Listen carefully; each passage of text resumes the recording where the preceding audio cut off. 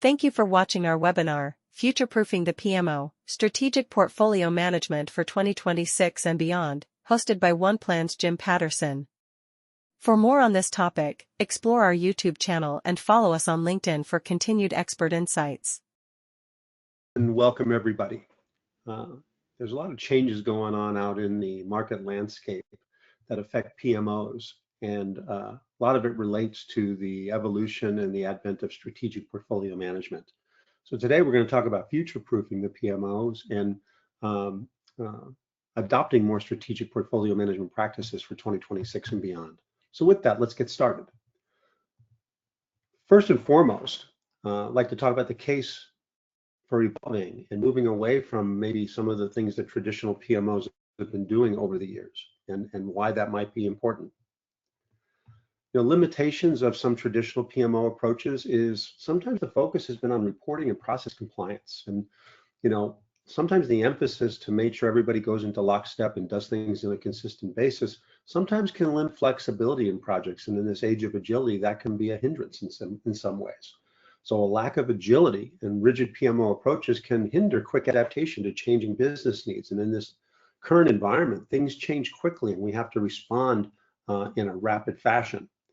And it also sometimes can result in reduced strategic alignment, meaning we can fail to properly align projects with overall business strategies, ultimately reducing the overall portfolio of effectiveness and maybe the returns and the value that we're getting from those portfolios. Now, the business impact of ineffective portfolio management is one, misaligned investments, meaning we could be investing dollars and scarce resources into investments that do not directly support strategic goals that the organization wants to achieve, hence really being wasted resources.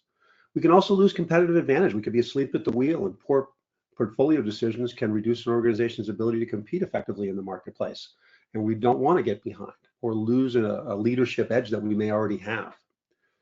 Also, decreased stakeholder confidence. If we lose trust in the portfolio not delivering as we hope for an organization, it can cause our stakeholders to lose their trust in our ability to deliver, and by missing the objectives and the outcomes that were actually desired when we actually embarked upon any particular portfolio item. And as I mentioned, reduced organizational agility can limit an organization in their ability to adapt. Now, if we really want to become more strategic value offices in our PMOs, you know, we need to deliver on measurable strategic value that is truly aligned with business goals and priorities. And if the things that we're working on can't be aligned directly with business goals and priorities, we have to seriously question why we're working on them in the first place. Now, dynamic prioritization. You know, it's not too long ago that the standard way of doing things was annual operating plans, and people would put together prioritization and an operating plan and a budget for the year, and it was pretty static unless something major really happened.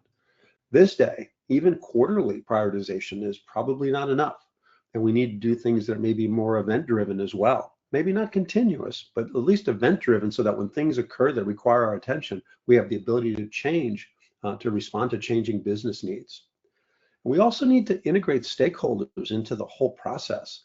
You know, as we're going to try to align with strategies, you know, maybe the stakeholders maybe have to have a input or a role in developing and talking about how they're going to support those strategies in the outset, and also have clearly communicated to them the strategies that are arrived on by the organization from our senior leadership, so that we can all be working in lockstep with each other. And then from an enablement perspective, we have to enable this strategy execution rather than acting solely as a governance body, right? So more along the lines of really being a value-added leader in our organizations to help bring these things together to successful conclusion. Now, today's PMOs face challenges on multiple fronts, and it's fast-paced, and it seems to be getting even faster, the pace and the rate of change that goes on out there. And the business leaders that are polled out there basically say that these are the top challenges that we see over and over again when we're talking to customers out there, is how do we orchestrate enterprise change? In this age of digital and business transformation, sometimes the changes that we have to put in place are far-reaching, and they reach from the top to the bottom of the organization, and also horizontally, cross-functionally across the entire organization. And so being able to prioritize and execute cross-functionally on these investments and these changes that have to be made is a challenge that many organizations face, and how to do that in a synchronized fashion. And also speed to deliver value, as we talked about. If we're too rigid and then we don't have the processes and the methods in place, sometimes we can be slow to respond and our speed to deliver value may not be sufficient. So how are these leaders responding to these top challenges? Well, I'll tell you one way they're doing it is they're moving more from domain-based or departmental PMOs to ePMOs. The Gartner Group did a survey of a lot of business leaders and found that 49% of organizations do actually have an ePMO function in there. And that doesn't necessarily preclude the fact that there may be domain-based PMOs in there, but an ePMO maybe has that broader purview to look at the entire organization, to look at the entire market landscape, and look at the needs across on these cross-functional large initiatives that have to happen, and be able to orchestrate those in a better fashion. And why the evolution in the PMO to the more of this ePMO function is because we're inundated with a continuous influx of threats and opportunities with significant business applications that we have to respond to and that we have to deliver on. And that responding to these threats sometimes are of high magnitude, meaning that there could be a significant amount of effort and cost that we have to deal with.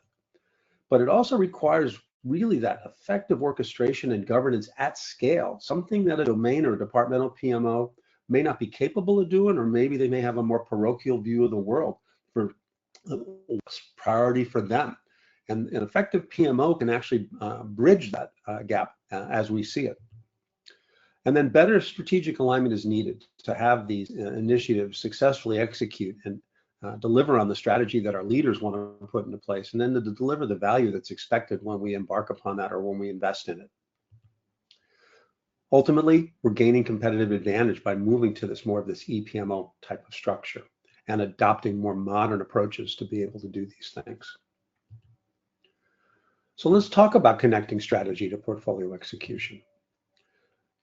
You know, aligning strategic objectives with portfolio priorities, our portfolio investments, as we select them, must clearly support and advance the organization's strategic objectives. And as I had mentioned before, if they do not, we have to seriously question why we do this. Yes, there's compliance projects. Yes, there's regulatory things we have to do, et cetera. But definitely on the discretionary stuff, you know, what criteria are we using? And if we can't map it to something that the organization wants to get accomplished, we seriously have to question it. And then the other part that a lot of organizations are deficient in is the clear communication across the board, across functionally and up and down the organization hierarchically, of what are the strategic priorities and what are they, so that when I make decisions, even if they're incremental day-to-day decisions, how do I put them in context of what the organization's wants, needs, and priorities are? And then the stakeholder engagement piece, unless we involve the stakeholders, not only in the communication of this, but in the buy-in and the establishment of those things and the adaptability as they change, we're going to find that whatever alignment we have at the outset may change, or we may lose that alignment moving forward. And as I mentioned, flexible prioritization, being able to truly stop, reassess, evaluate, and select maybe a new course of action as it responds to market changes, organizational changes, whatever kind of changes, technological changes, we have to be able to do that regardless of whether or not we're a large or a small organization. So some frameworks for translating strategy into actionable projects, you know, be able to visualize strategies, have some visual representation like a strategy map to basically see how these things link together, how these strategies, the objectives, the key results, and even the projects and the initiatives themselves, how they all interrelate with one another. We're going to show you some of that today. And then balance scorecards with the KPIs or the measurements that will measure the things that are important, not just whether or not we completed something or whether or not we're so much % complete, because we can really perform really well on something we shouldn't be working on in the first place, but really does that matter at the end of the day? We should be looking at things like financial, customer impact, improving internal process, organizational learnings, things that move the ball forward for us as an organization. And benefit realization models, we talk about benefits, and many organizations are good at stating attainable benefits in a business case up front as they get started on these things. But where most organizations fall down is capturing the benefits that are realized in actuality after something is delivered, to see that we do get the benefits and the value. And some mechanism for that has to be in place for us to do that effectively. So measuring impact and outcomes of the strategic alignment that we're doing, we definitely have to have key performance indicators that we measures that determine whether or not we're actually achieving those strategic objectives and performance. We have to really be serious about benefits realization and follow through on that aspect of it and have a place where we can capture those things. And iteratively, when we're done delivering the project or the initiative, we can't just be done. We have to have continuous feedback loops, not only in the execution of that project or the initiative, but afterwards to understand, is it delivering what we intended it for to deliver? And if not, why and what adjustments we might have to make. Now, all this has to do with where we really allocate our scarce resources. And dynamic resource allocation during disruption or during significant changes is something that we have to be able to execute on. Some more agile techniques for this, first and foremost, whatever you're doing, you have to have some mechanism for doing scenario planning, being able to evaluate alternatives, look at option A, option B, option C, option Z, and help anticipate future possibilities of where we might go, what we might put on hold, where we might take resources from and put them on, what we might cancel to take on something that new that comes down the pike that's very impactful. So the idea is to be able to evaluate those scenarios is very important. And also rolling forecasts. The whole idea of rolling wave planning means that we know more about what's in the near term than we do in the midterm and the later term. And rolling forecasts that allow us to, on a regular basis, reevaluate and go to more granularity, maybe even as we go farther out in time or get closer to that farther out time period, allows us to have financial and resource updates that adapt plans based on changing conditions. These things are not fixed and static like they were in the more so in the annual operating plan days.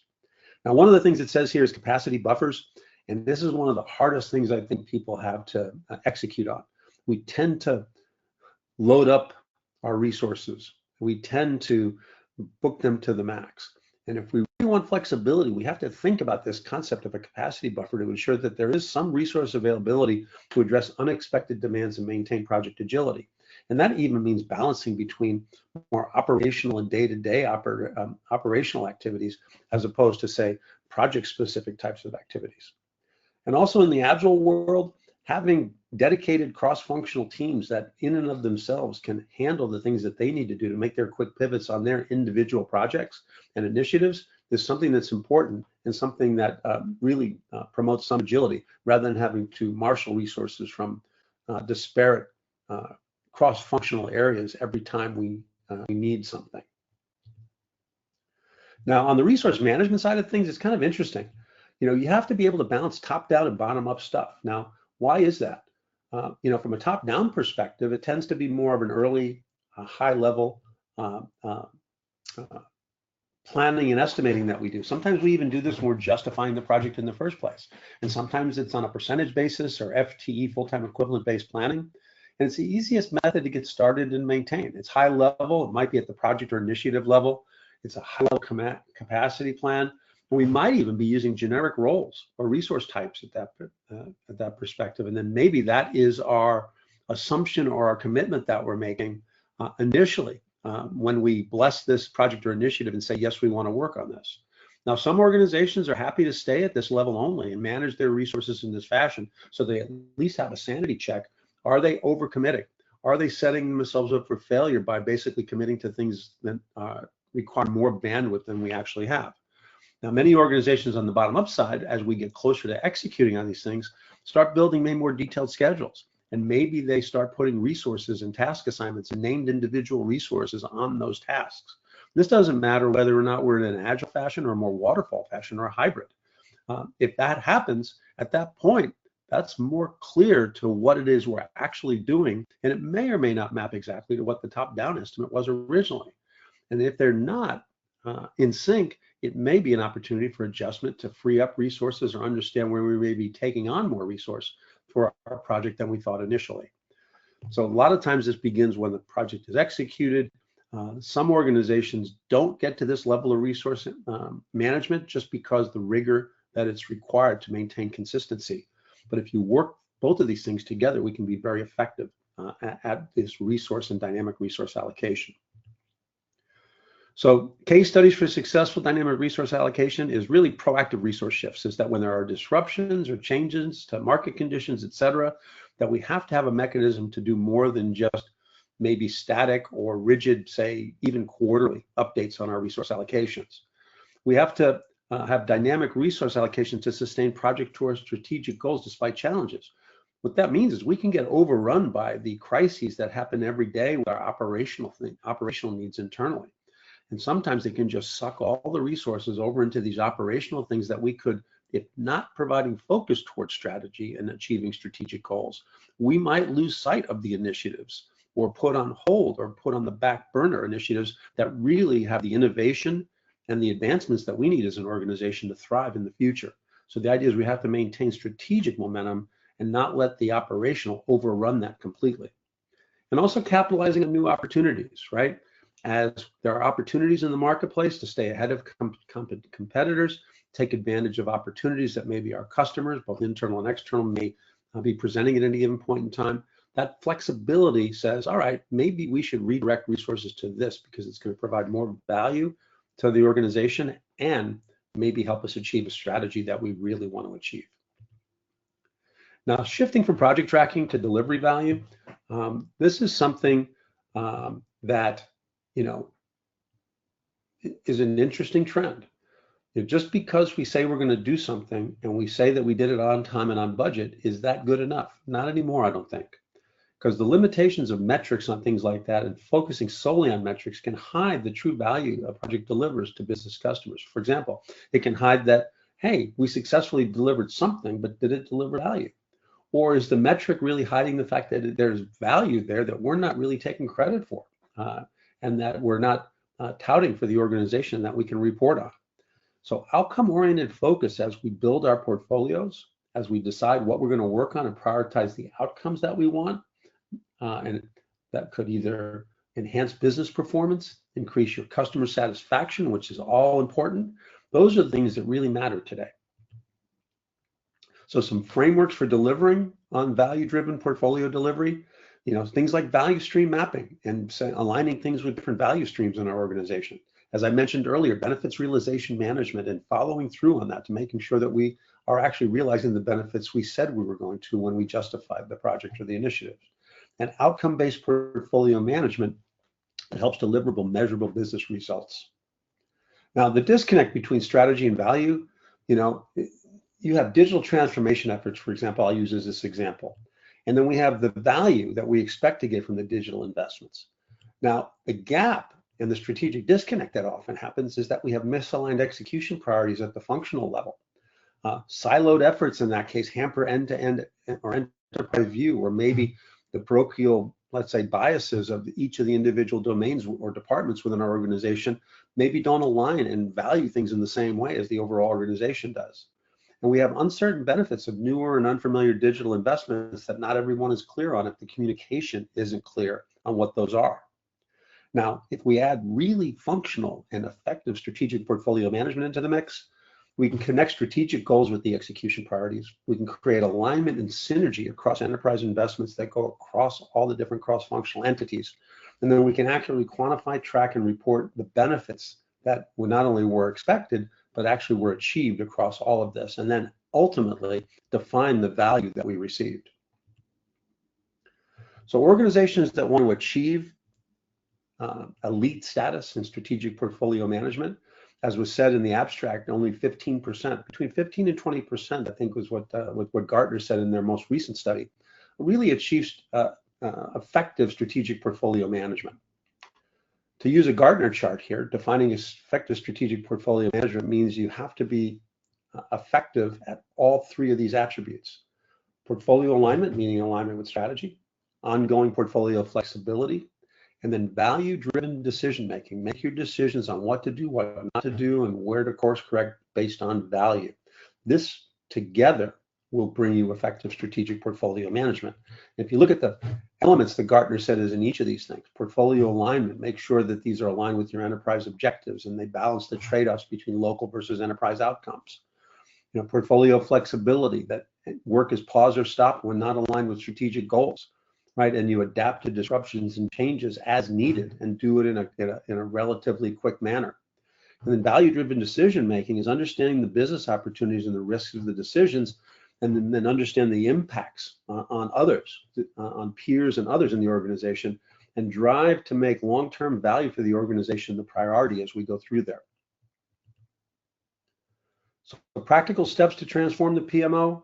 Well, you can redefine the PMO roles to more closely align with a more strategic approach to not only selecting, but then all managing ongoing the portfolio of work and initiatives that you have.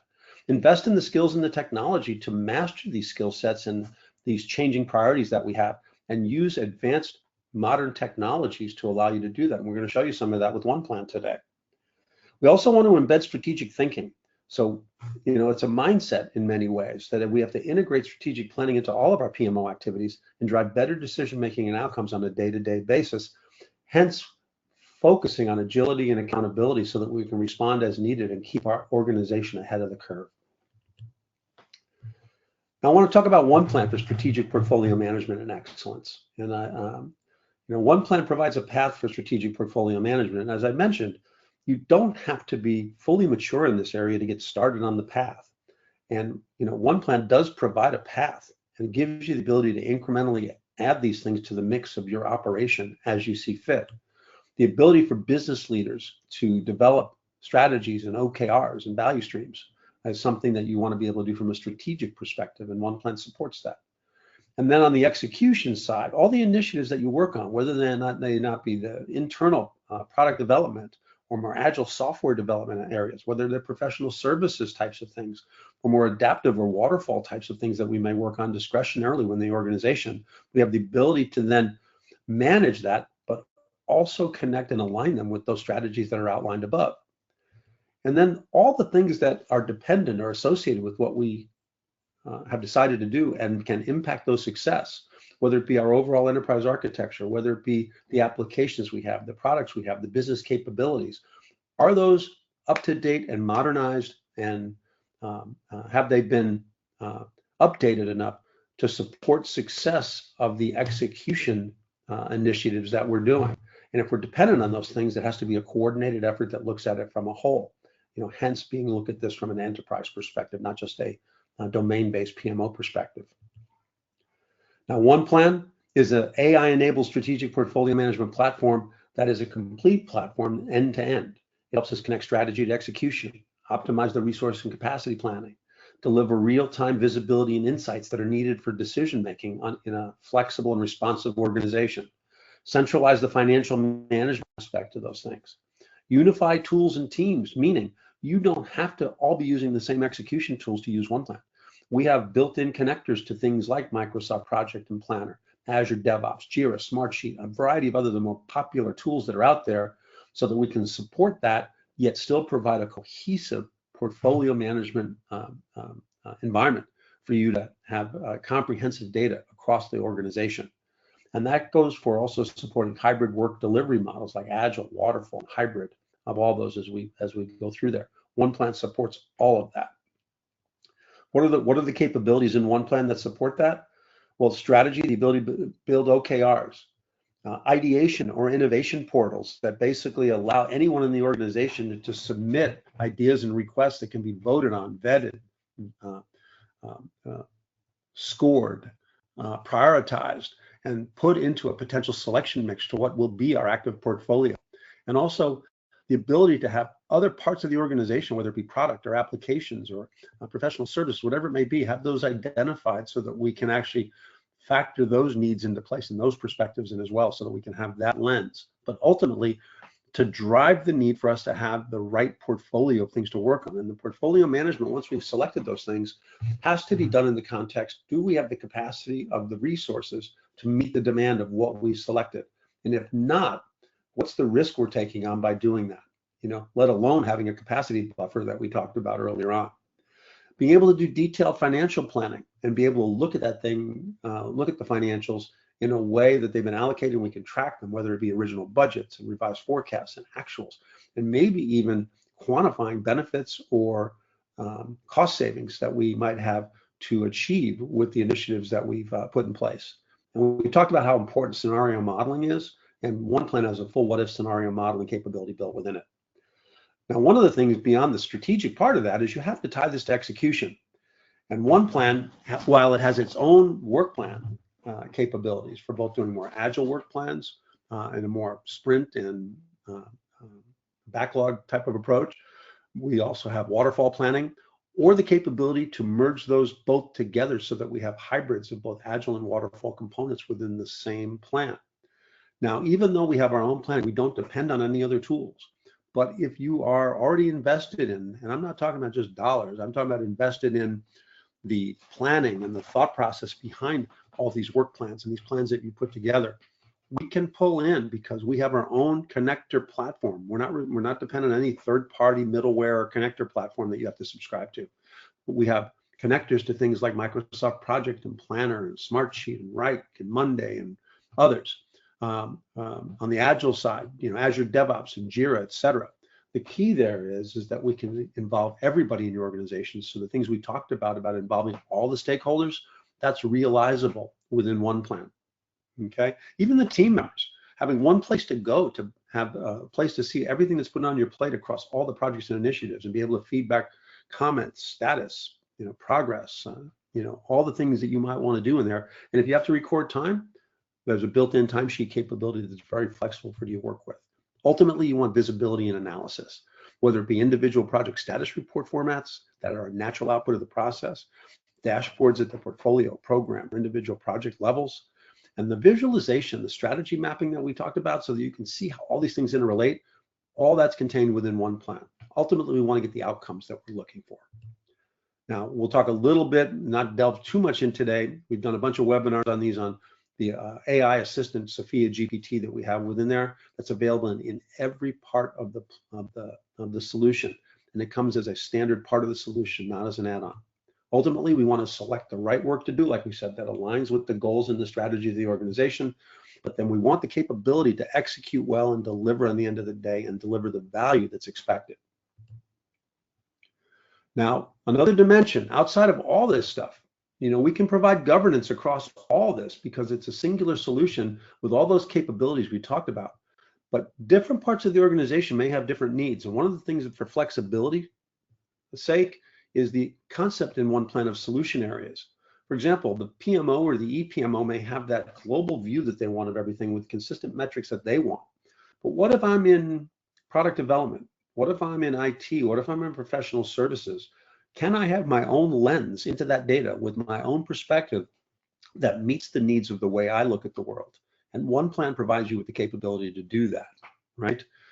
On top of that, you can even have your own variations of solutions because it is a platform, OnePlan is, so that you can, not through coding and customization, but through simple configuration within the tool, fashion other areas of this tool that you might deem important for the way that you do business. So the flexibility is there, the integration platform that I talked about that OnePlan brings to the party so that you only have one entity to work with. You're not dealing with an integration software and how that works with your particular PPM solution. It's also built all on the Microsoft platform, meaning that all you Microsoft shops out there, it has the ability to embed itself, and it works like seamlessly as part of your ongoing day-to-day work user experience. It's delivered by the Microsoft Cloud. It leverages your Microsoft Entra ID for authentication, and it's fully authorized Microsoft Teams application, etc. So the idea here, if you're a Microsoft shop, this is a natural fit and provides minimal disruption to what you do on a day-to-day basis.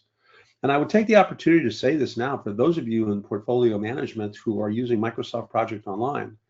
If you're not aware, Microsoft announced in this last month that there is an end of life coming for Project Online where it will no longer be available at all. And that comes at the end of September in 2026. OnePlan, being the fact that it's available in the Microsoft Cloud and is a comprehensive solution that actually offers not only feature parity with Project Online, but also has capabilities beyond Project Online.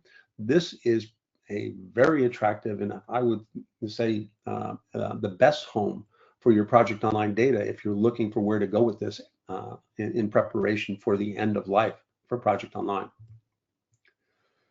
As I mentioned, we have our own connector platform, so you don't have to build custom connectors or subscribe to some middleware platform that you might want to work with. And I mentioned the fact that we're just fully embedded in the Microsoft ecosystem.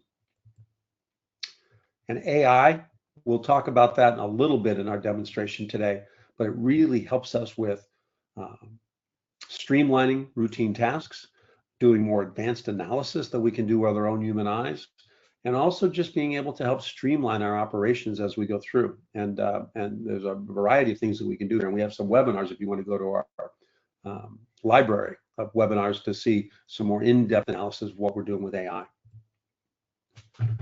So with that, I'd like to move to a demonstration, a high-level demonstration, I would say, of one plan, just to give you a sense of what's there. One is, let's just start with the strategic area because strategy is really the premise of this webinar today. One plan has its own navigation on the sides, and depending on your user role, you may see all or some of the areas in here to simplify as needed. But the idea here is that you could identify your different strategies, your objectives, and your key results here to understand and define what it is the organization wants to do. For example, here in Improve IT Infrastructure, we have configurable forms, though we have templates that allow us to come in here and basically go in and define the objective to be able to give a time frame on those things. Look at what related items we have on those types of things. And any other data or metadata or characteristics or process flow that you might want to go with any of these types of things. And within that, you may have your key results, for example, that are aligned with this, that maybe have their own attributes and those things in them, because those are more measurable and those types of things. So for example, if I drill down into this particular key result under there, which is called upgrade all network switches, now I've got the data in here and all these plans, projects, and ideas and products that we're aligned with on here. As we look through that, we can actually visualize, as I mentioned earlier on, how this stuff all interrelates, whether or not there's predecessors or successors, which there aren't. But in a relation perspective, this key result is tied to this particular objective. This also is related to this particular idea, but this also key result is aligned with 3 different projects in our epics within our portfolios, which also have dependencies on some products and applications that we have to modernize or update in order to support these things. The idea here is this whole alignment is visually available to us wherever we are and from whatever perspective we are in the solution. For example, if I go back out here and just look at the objective itself and go up one layer, right? I can right here from the portfolio even say, let me visualize these types of things.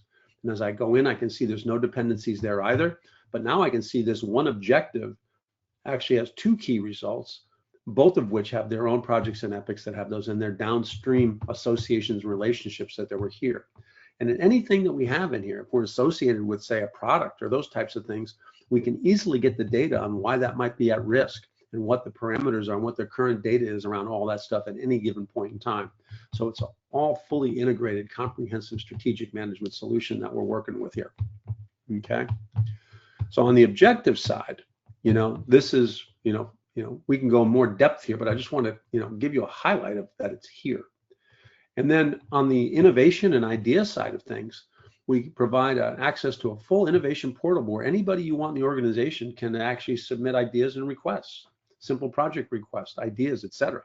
It enables voting, it enables prioritization and those types of things that you might want to work through, right? And as we go through here, I could drill into a particular item. And once again, the ideas themselves have their own forms that you can configure with their own approval process, how you categorize them. You can structure, business cases in full rich text within here. We can even identify things like the financials and the management evaluation and the strategic prioritization and prioritization scoring that we're doing around that, and also what plans or key results, for example, these might align with. And in that, you can actually, look at any of these things from that perspective. And once again, visualize the strategic alignment at any given point in time. As we can see, this idea actually feeds a number of key results that drive back to 4 different strategies.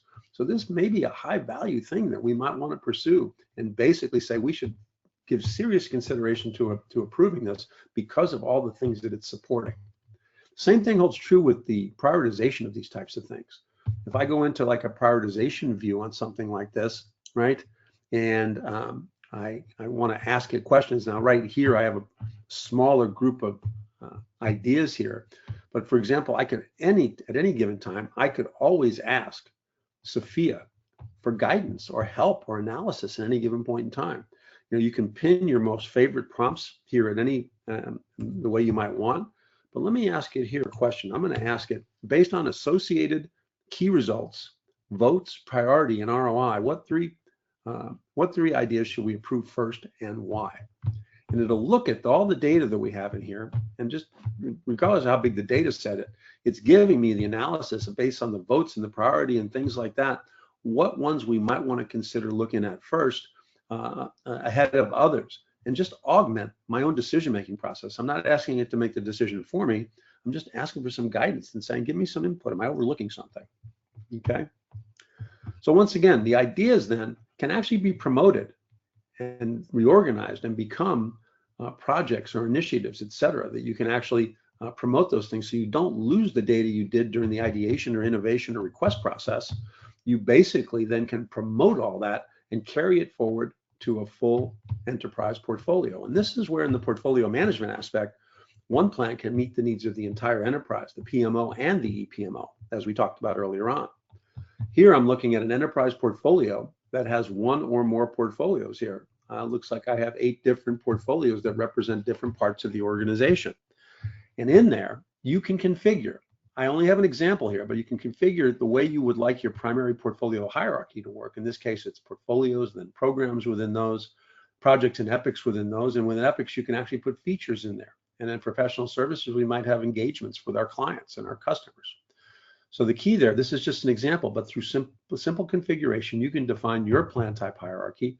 And as we look through this, you can see that I've got portfolio, and within this portfolio, I've got one program, and within that one program, I've got a bunch of projects and epics and things like that within here.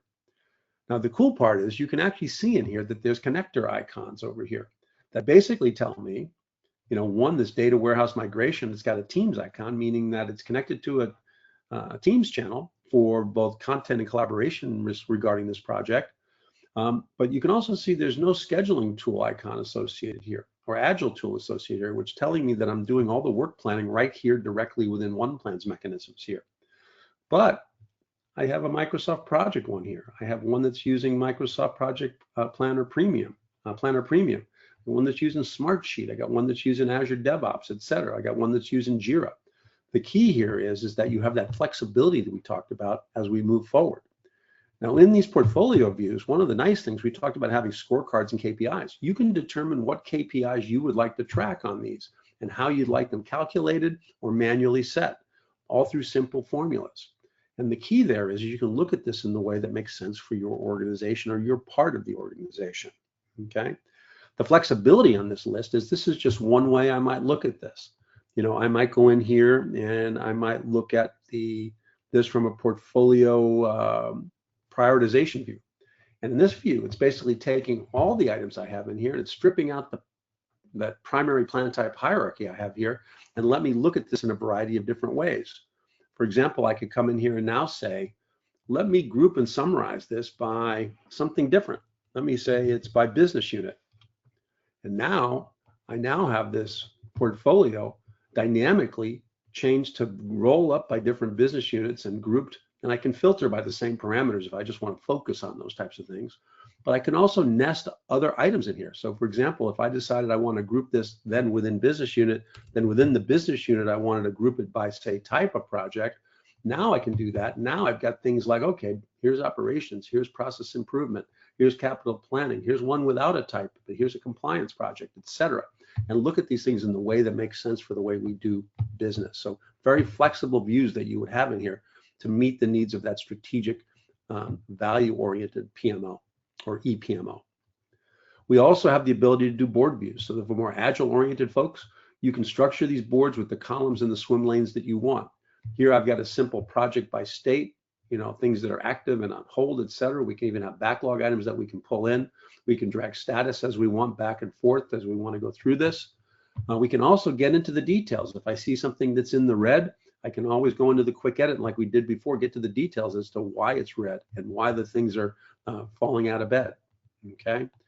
But in any of these things, we can always add things like swim lanes in these things. So for example, if I came into this board and I wanted to add a swim lane for that business unit again, I could say, now I got to look at the individual business units and I can see, what am I doing in IT? What am I doing in marketing, et cetera. I could look at it by a variety of other things. Once again, I could look at it by, I'll just do the type thing again. And I'll say, what if we do this by type? And now I can see all the process improvement projects I got going on as opposed to the strategic ones, et cetera. So the idea there is flexible board planning for Agile. People use this oftentimes for program increment planning in the Agile world. And then we have the roadmap capabilities where we can have portfolio level roadmaps and even down to project level roadmaps, where if we look at, say, projects by business unit, where the swim lanes are now business units, the color is by the overall status. And now I can see what's red, yellow, green in that regard. But I can also do the colors by a variety of different things. Like, for example, I might go in here and say, let me look at it by, financial health. And now I can see that from a financial health perspective, I only have a couple that are at risk. Most of them seem to be within budget. So these are dynamic views. These are not built or drawn types of roadmaps. This is always going to give us the current state of this. And once again, I can get into the details on this, just like I did from any other view, get to that quick edit view, or I can drill into a specific area of this. For example, if I want to drill into this particular project of data warehouse migration, I can go right to the project details page.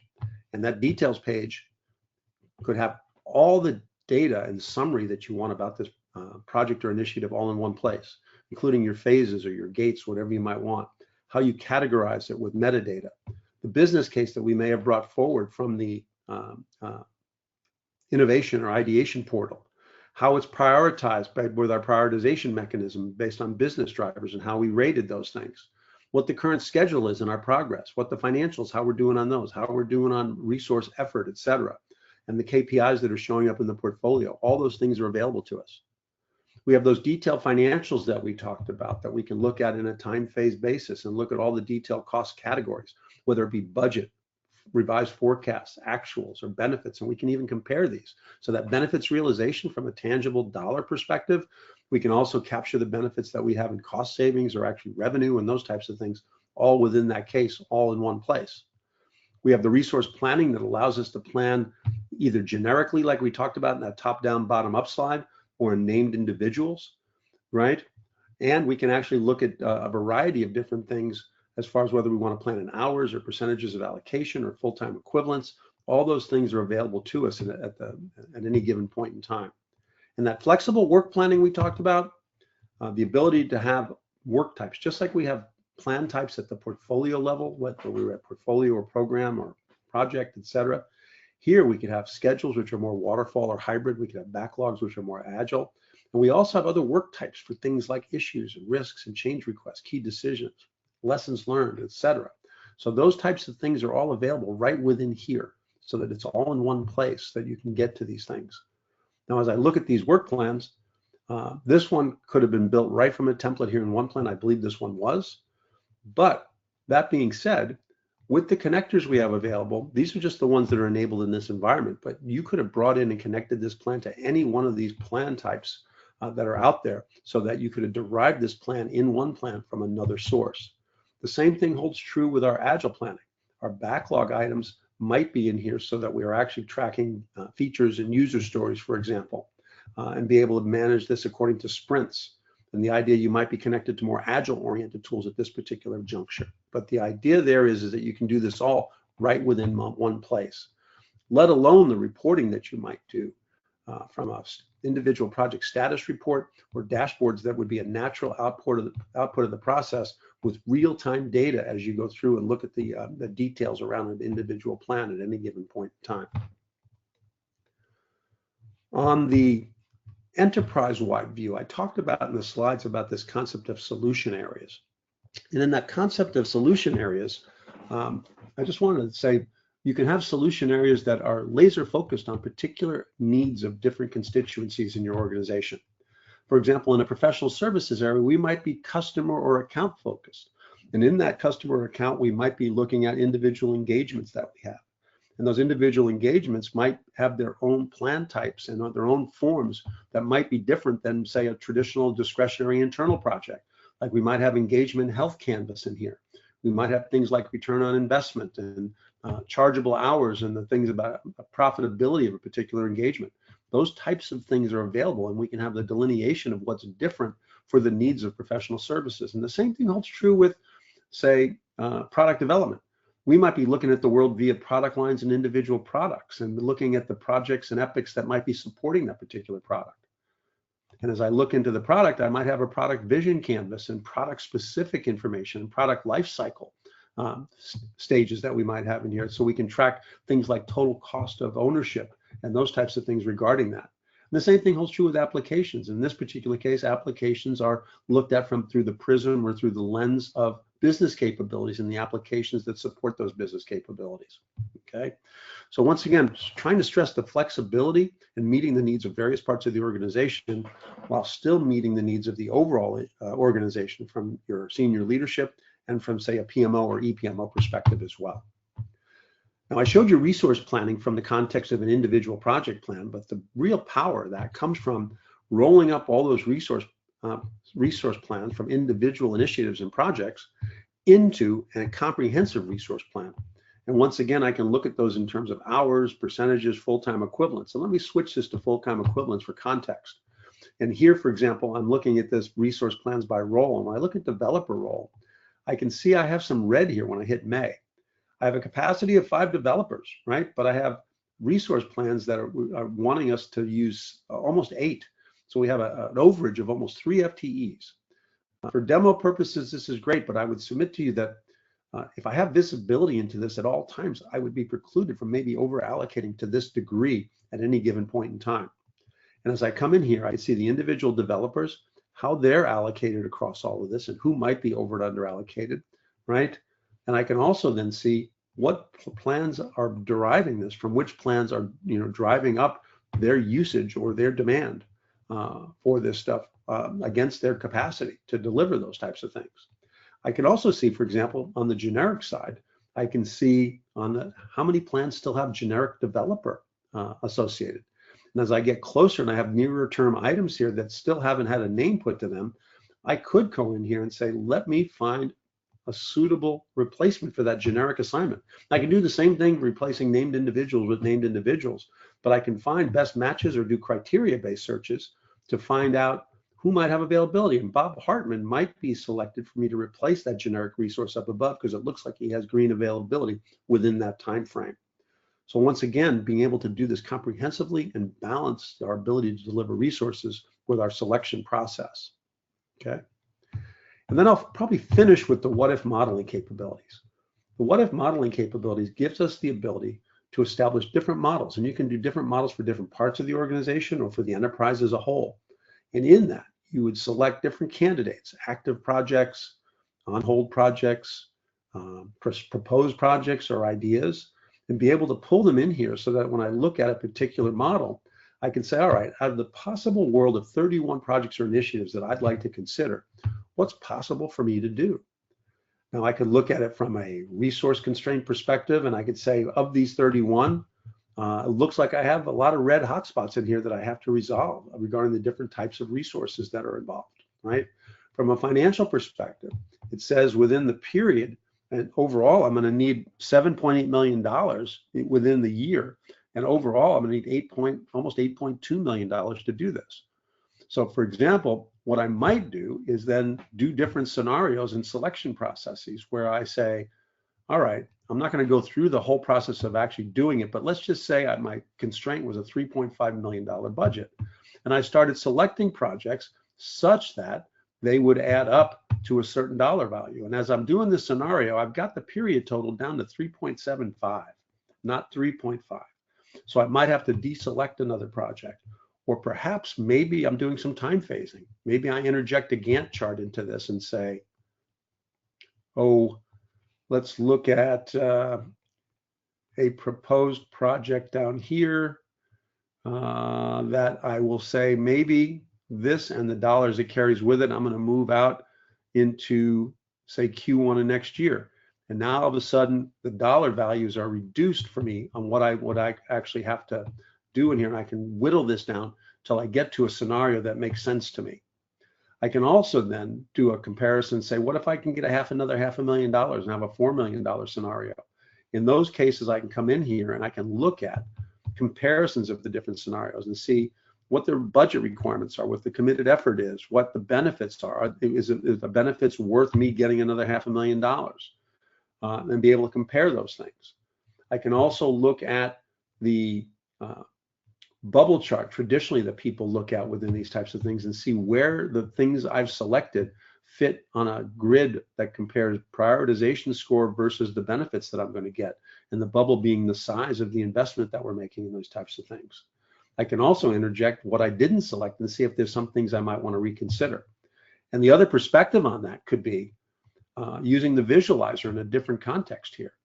Given this scenario that I'm looking at, I've actually got a selected plan that I have that actually has an unselected successor. If this is truly a successor that needs this, should I consider selecting this in lieu of something else?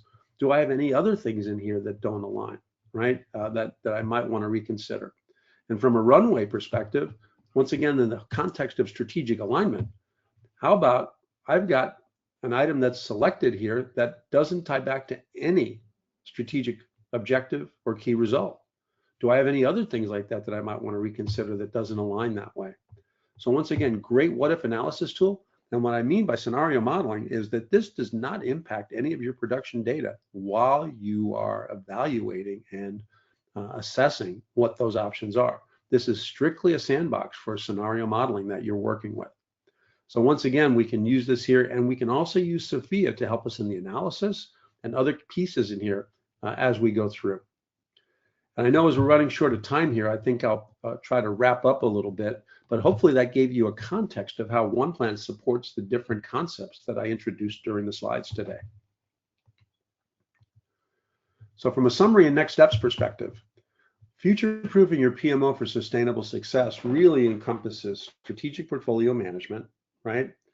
Transforming the PMO into a strategic portfolio management office helps address the needs of complex future changes that are going to be happening.